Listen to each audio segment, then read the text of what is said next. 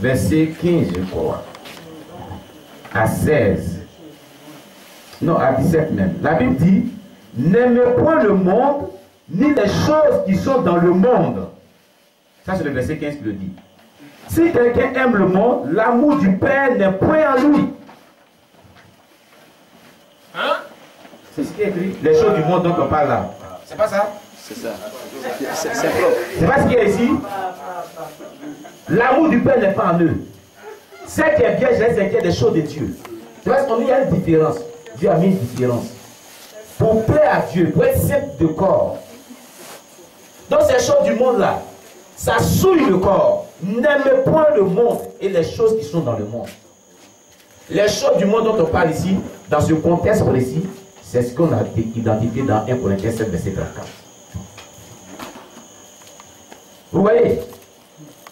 Et la Bible dit, le verset 16 nous dit, car tout ce qui est dans le monde, la convoitise de la chair, la convoitise des yeux et l'orgueil de la vie ne vient point du Père, mais vient du monde.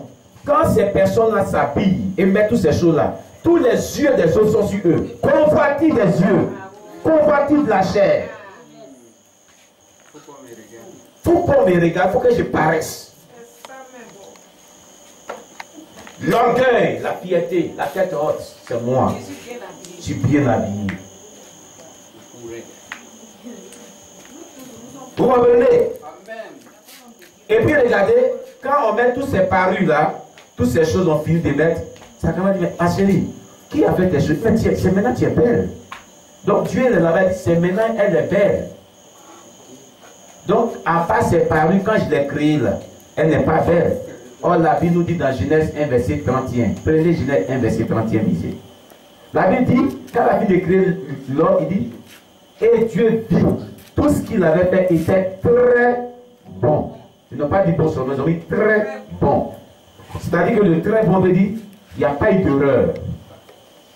Quand on dit très bien, 20 sur 20, il y a erreur. Les fois on dit bien, et puis on dit 19, 5 sur 20. Il y a différence avec très bien, 20 sur 20, non? Très bon et très bien, c'est la même chose. Quand la Bible décrit l'être humain, il a observé Dieu vit, donc il a observé de la tête aux pieds. Et ce qu'il avait créé là était très bon. Maintenant, toi, quand tu mets toutes ces choses, tu dis c'est maintenant ici belle. Donc, quand Dieu t'avait créé à l'état initial, sans mettre toutes ces choses sur toi là, Dieu a commis des erreurs et Dieu a fait vraiment quelque chose qui n'était pas bon. Donc, voici les choses du monde.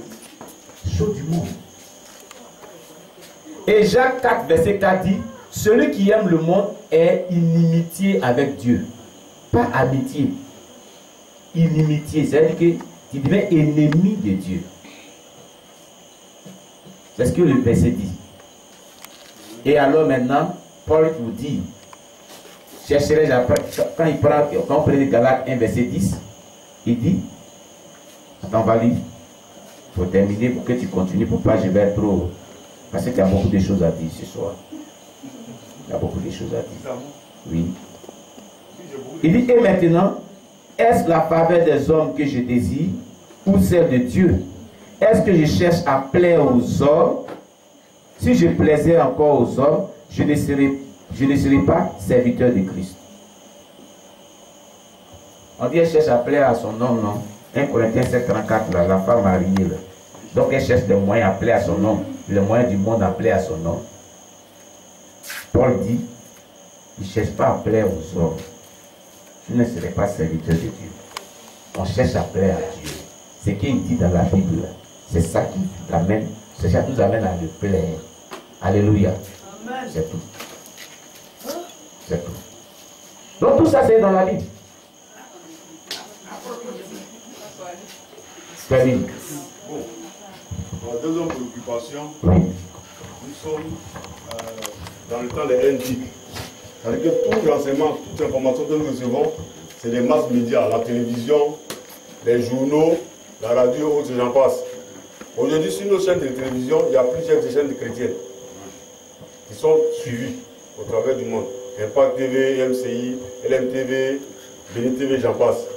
Mais sur toutes ces chaînes-là, les servantes de Dieu que moi je vois là, font tous des pantalons. Les chantent, les servants de Dieu, les pasteurs. Et ça, c'est servi à beaucoup de chrétiens qui sont nouveaux dans la foi. Bon, une chrétienne qui est nouvelle dans la foi, elle va à l'église, et puis elle donne ce genre de conseils là. Elle va pratiquer. Il lui faut combien de temps pour se repentir? Et si dans ce laps de temps, l'intervalle, elle se repentir, et puis, dans l'endroit où elle est là, l'intervalle, si elle meurt là, il y a un problème. Donc, ma préoccupation, quelle est l'attitude du chrétien en l'an 2019 vis-à-vis des défis de la vie? Parce que c'est le même péché là qui se répète.